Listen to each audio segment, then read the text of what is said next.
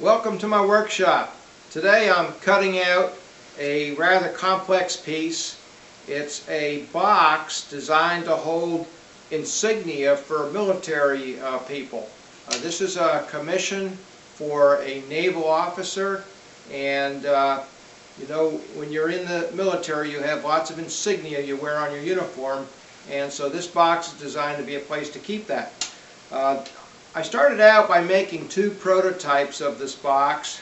The first one was a two-layer prototype where the top was hinged, and in the top I carved, in this case, the Surface Warfare officer insignia. And being this is a prototype, I used my own name, Captain A.J. Pitts, United States Navy, which is what I used to be. And then the devices, the various devices and boards and ribbons and so forth would go into these pockets, each one with a carved name.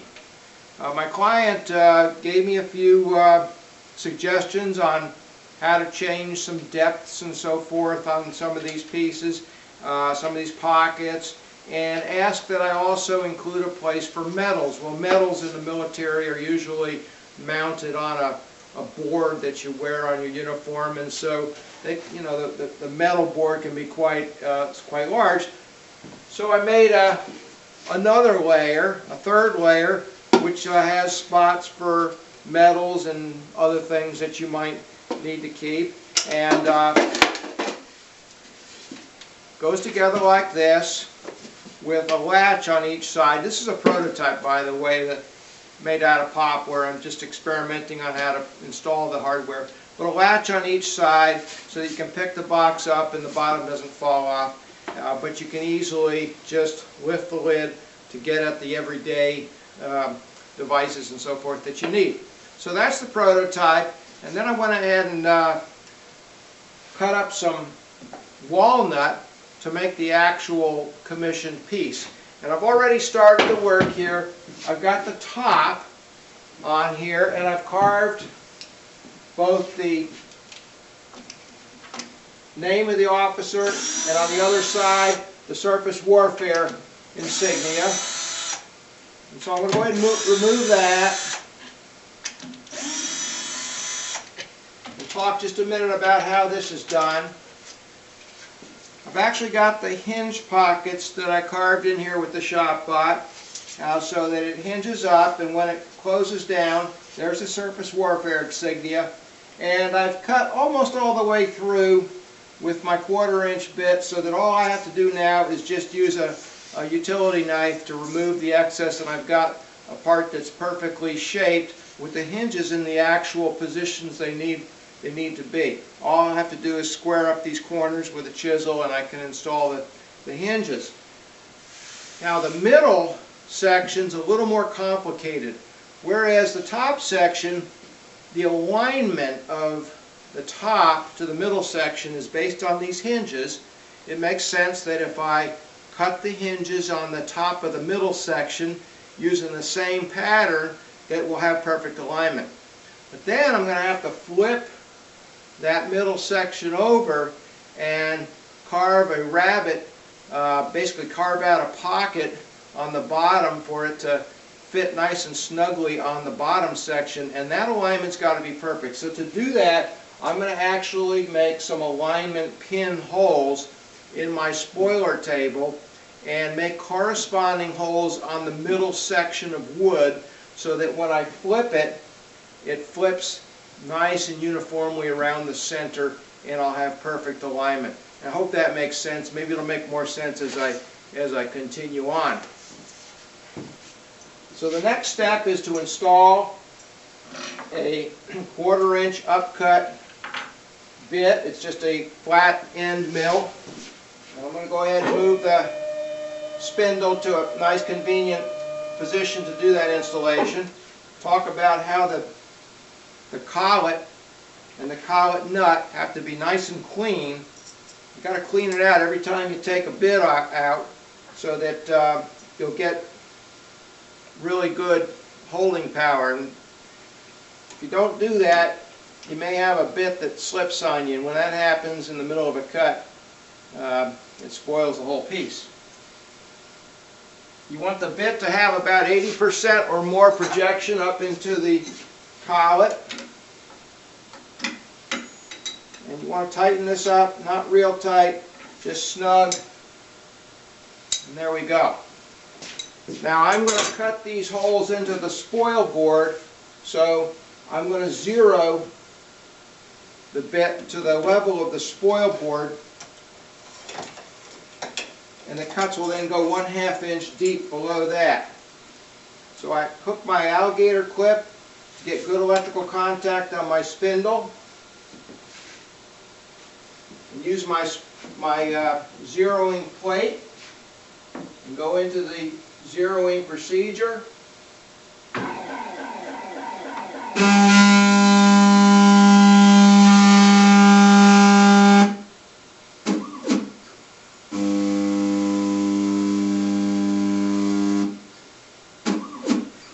Okay, now the software knows that that bit is against the plate because the electrical contact was made. It knows the thickness of the plate, and so it runs the math to figure out how to zero that bit right to the top of the spoil board. So if I was to run the bit down till it touched the spoil board, the z-axis would show 0. Okay, on this case, I'm referencing the corner of the pieces to the x equals 2, y equals 3 spot on here, so my holes should end up being about here and here. I'll go ahead and load up the part file, check my speed. I'm going to run that down to about 12,000 RPM for these cuts. System's asking me if the tool is in the spindle. The answer is yes. Is it z-axis zeroed? The answer is yes. Turn on my vacuum cleaner.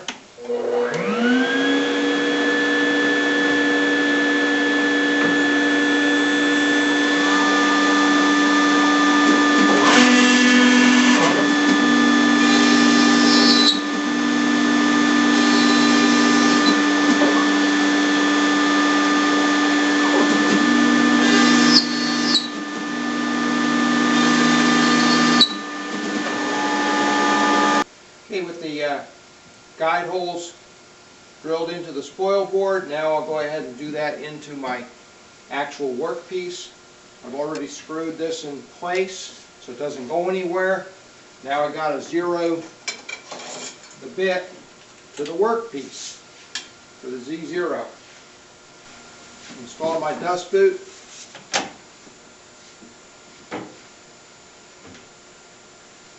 Check my speed. Let's go ahead and load up the part file. In this case, the part file uses 2 bits, a 1/4 inch bit for the holes, and actually I'll just show you how I keep track of this. I make up a little information sheet for every part file that I make, no matter what it is. I save them so that I can go back and figure out what in the heck I did to set the machine up. So in this case, I've got bit number 1, which is for the alignment holes. It's a 1/4 inch upcut, and it's going to cut the alignment holes, and then the machine is going to ask me for bit number 2, which is a 1/2 inch end mill for cutting out the pocket. And so in that case, I'm going to have an opportunity to stop the action and install those dowel pins through the holes that I just cut, just to make sure if anything might move a little bit, it won't. And then I can flip the work later and I'll be all set. And I'll be cutting the underside of the work first, and then I'll flip it over and cut the part with all the intricate pockets. So I'll load up the part file.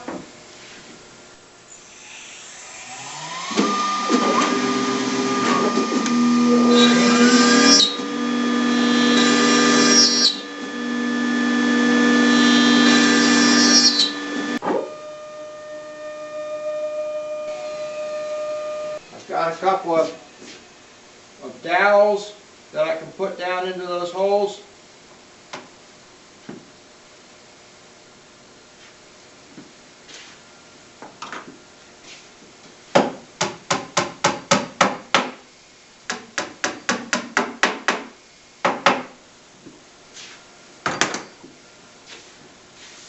now we'll go ahead and change the tool out.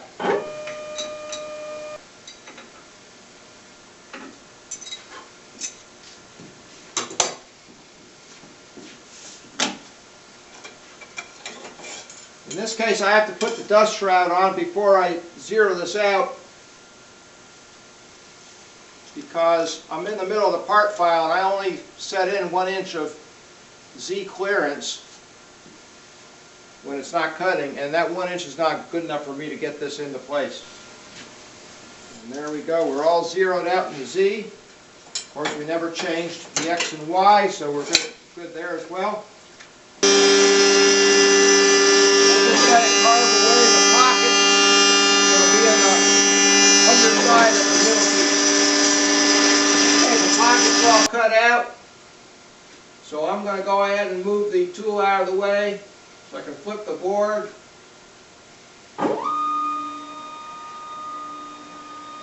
You notice it's moved a lot faster than the last time I did this. It's because I'm using the jog speed. There's 2 different speeds of movement with the ShopBot. There's move and jog, and jog's a whole lot faster. You got to be careful in jog that you don't jog right into the end stops. If you do that, then you have to re-zero everything. I can tell you one thing, the work on the computer to design this took a whole lot longer than the cutting. Once you get the design done, you can cut these out fairly rapidly.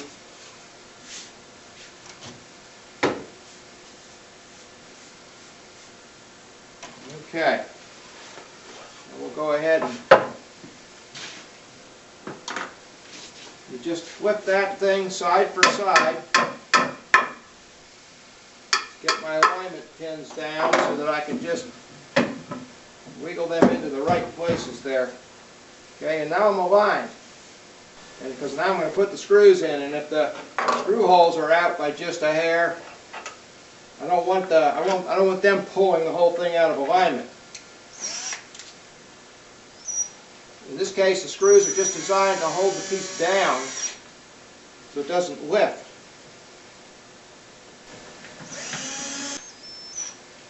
Okay, we're nice and firmly attached. Now I'm using my next cut sheet. This is actually cut number 5 in the project, where we're going to cut all the pockets. And the first bit I'm going to use is a 1/2 inch end mill, but I'm not going to use a short little end mill that I just used for that pocket. I'm actually going to put in a larger tool. For this next cut, I'm going to use a 1/2 inch end mill with a 1/2 inch shank. It's a much longer and much more beefy tool, and it'll be able to get down into these.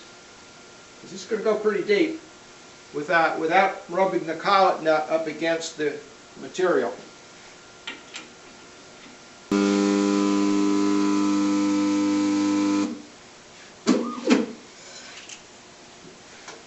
One thing you got to be careful about when using a long tool with this desktop machine is that I've only got about a 1/2 inch of clearance before the Z bottom or tops out, and so I don't want to be raising that up where it tops out, because if it tops out, the spindle will stop raising vertically, but the motor will keep moving, and the software will think that the spindle is continuing to rise when it's really not, and that puts you all out of whack with your Z0.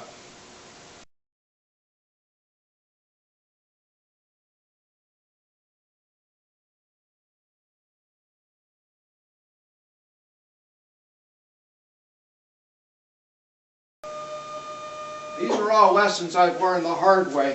Maybe I can save you some problems. Okay, so we're zeroed out in our Z. We never changed our X and Y. We've got dowel pins to center this properly, so we should be able to go into the next part file, no problem.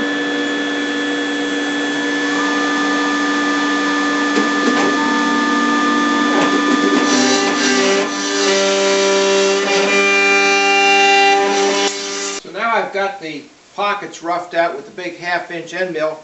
Now I'm going to use a ball nose bit. There's a 1/2 inch ball nose bit here. It's got a round semicircular shape to it. I've got a 1/4 inch ball nose bit in here, and it's going to make the corners of the pockets nice and rounded. I've already zeroed it out, so let's go ahead and start cutting.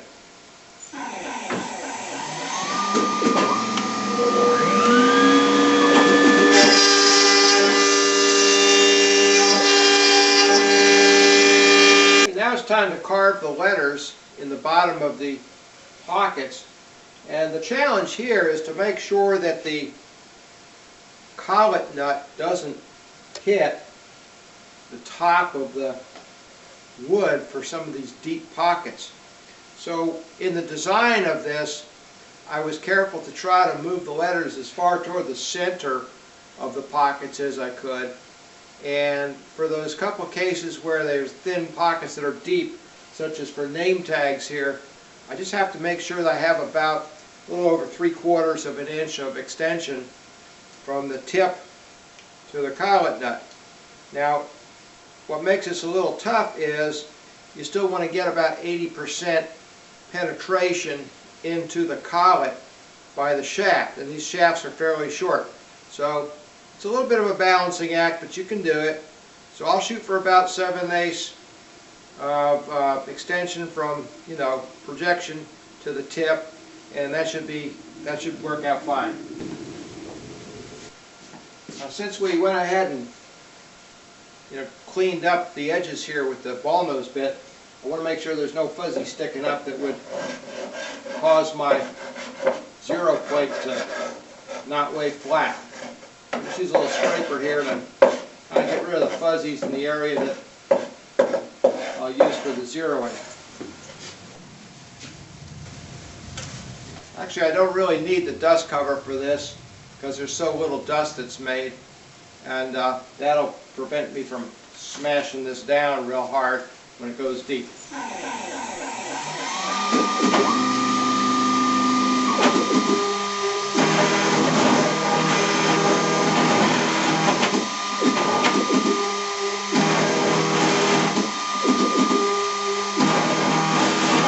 Finally, with the letters cut, we'll go ahead and put in a 1/4 inch end mill bit, carve the hinges, and do the cutout pass on the whole thing.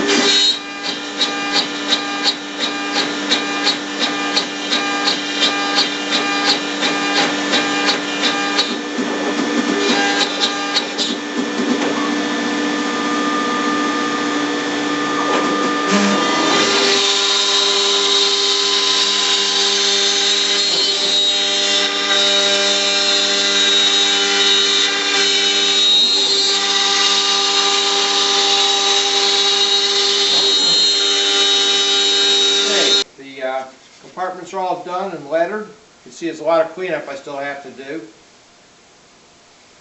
And now we'll do the last piece. This is the bottom, and I'm going to carve out 2 big compartments here for metals. So I'm going to use the big 1/2 inch bit again, 1/2 inch end mill, to hog out all that material.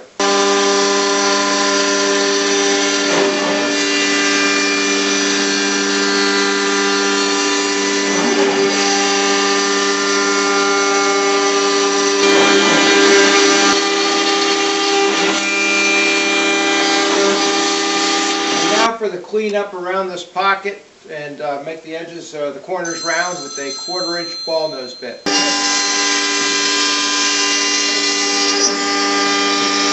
The next tool is the 90° V bit again for cutting letters. But because these pockets are so wide, I'm not worried about the collet nut hitting the side of the pocket, so I go ahead and set the bit nice and deep into the collet.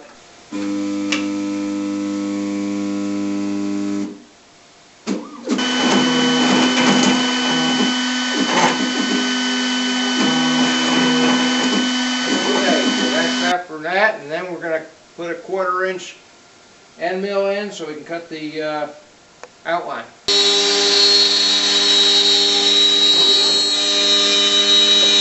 Well, it's now the day after I did all the ShopBot carving, and so overnight I went ahead and clamped the pieces together just because I disturbed so much fiber in the wood.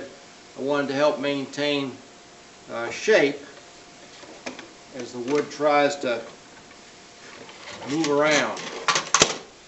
And now I'm ready to get into the cutout and so forth stage. Okay, so what I did was on this particular piece, the cut went almost all the way through, but not quite. So I can actually see the indentation of the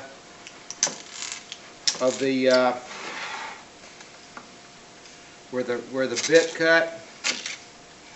I'll just cut through that with a utility knife.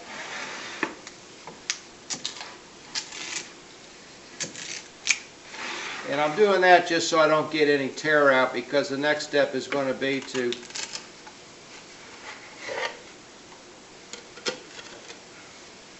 cut through the tabs.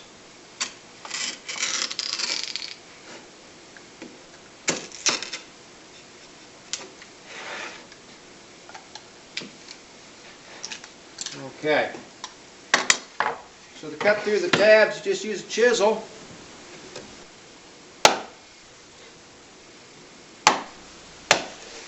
And with any luck, this will come apart.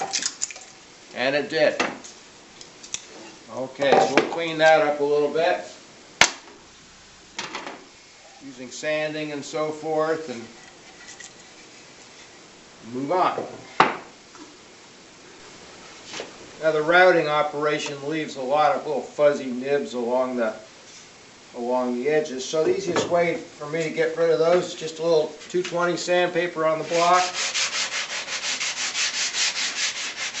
Kind of relieve the edge a little bit. And sometimes when you have a lot of little hanger-oners in there, a little brass brush will work well to knock them loose. They're not really on there good, they just sort of hang around to be an aggravation.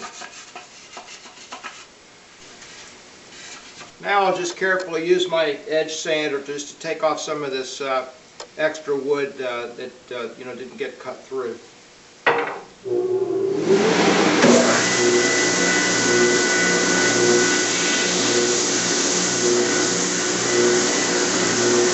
And with a little handwork, we'll square up the mortises for the hinges.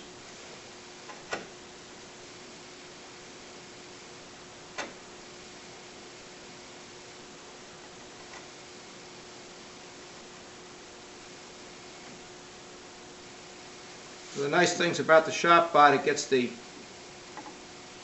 depth just right. Here we go. See how nice a fit that is? And all I have to do is just trim up the little corners. Now I'm going to cut the mortises for the little latches that will hold the middle part to the bottom. And it's just a nice little solid brass latch with a ball detent in it. It's hard to see, but just latches up like that. Fits into a mortise. I've gone ahead and used my marking gauge and a square to scribe off the size of the mortise, and I've set a 1/4 inch straight cut bit at 3/32 depth, which is the thickness of the flanges here on the mortise. And so I'm just going to hog out most of the material with this and then clean up with a chisel.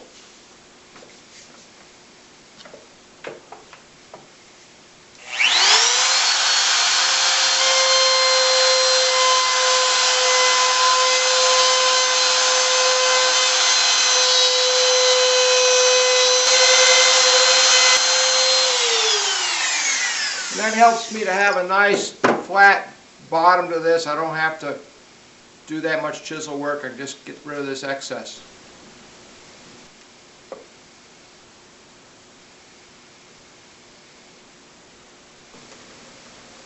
The screws for the latches are just tiny little 3/8 inch long number 2 screws. Way too small for a regular drill bit and a regular drill. So I use this little hand drill that I got somewhere. It comes with a Comes with a whole little container of little tiny drills, and you just drill by hand your pilot screw. We put the knurled top on here. The drills store on the inside. This is a really cool tool. Anyway, you just drill by hand, just your little pilot holes, and there it is, all done. I can go ahead and finish the box, and later on screw it in. Holes are there. Everything's wonderful. One last bit of machining has to be done. I'm going to round over the edges at the bottom and the edges of the top. So I've got my vacuum hooked up to my router. I've got a round over bit here, and with a bearing, pilot bearing, and I'll just go ahead and clean that up.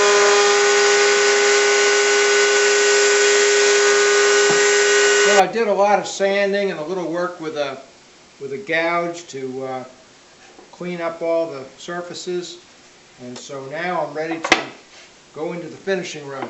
To finish this piece, I'm going to use a little deft clear wood finish semi-gloss.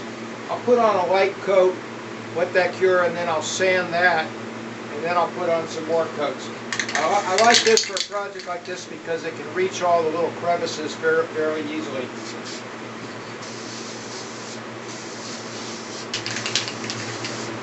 After the first coat of this deft clear wood finish, I let it cure overnight, and then I sanded very thoroughly with P400 sandpaper, followed up by a rub down with the gray synthetic steel wool. I think it's called Ultra Fine. It's the gray one.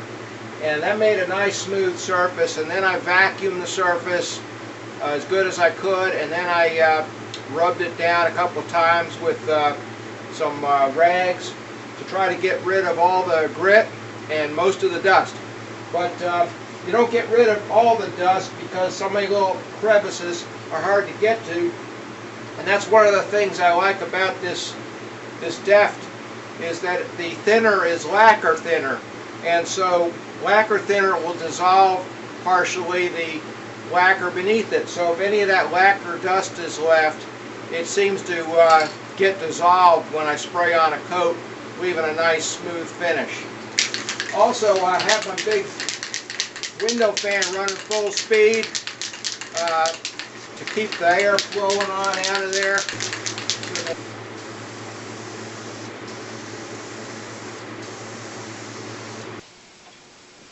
And I'll just do one more rub down with the little gray pad before I do the final, what I think will be the final coat. Okay, well, I completed the finishing of the box, and I installed some stop hinges. These are nice Brusso box stop hinges. It stops the lid from opening more than about 95 degrees. And I've got the little latches installed on each side, so you can just take the box apart to get the lower compartment. And of course, on the bottom, I put my brand. And here you can see how the box is supposed to work. I just happen to have a little bit of Insignia laying around, although most of it needs good polishing. But here's how everything fits in. And lift up the bottom for the bottom section. There's the metals. You can put other things in there. So I think it's going to do the job. Folks are always asking me how long it takes me to make these things. So I thought, well, I'll go ahead and tell you. The actual production work on this piece was 7.46 hours. And I keep track of that with a little app on my cell phone called my work clock. And I can punch in as soon as I start work and then punch out. So most of these entries are in minutes because I'll do a little bit of work and then I'll go off and do something else. It's just the nature of woodworking. and all added up to 7.46. I probably put about 20 hours, maybe 25 hours, something like that, of prototype work, design. I made 2 prototypes just to get to this point. There's about 5.5 board feet of what I had is 15-inch wide 6/4 walnut in this piece, and like I say, a couple of Brusso stop hinges and a couple of these little latches. And so it's not a totally inexpensive piece, but I think it's worth every penny of it. And frankly, what I want to do is make these in limited production for other military folks. So if you know anybody in the military who's having to keep their insignia and so forth in plastic bags like I did for 30 years, give me a call. We can make them a nice box. Thanks for tuning in.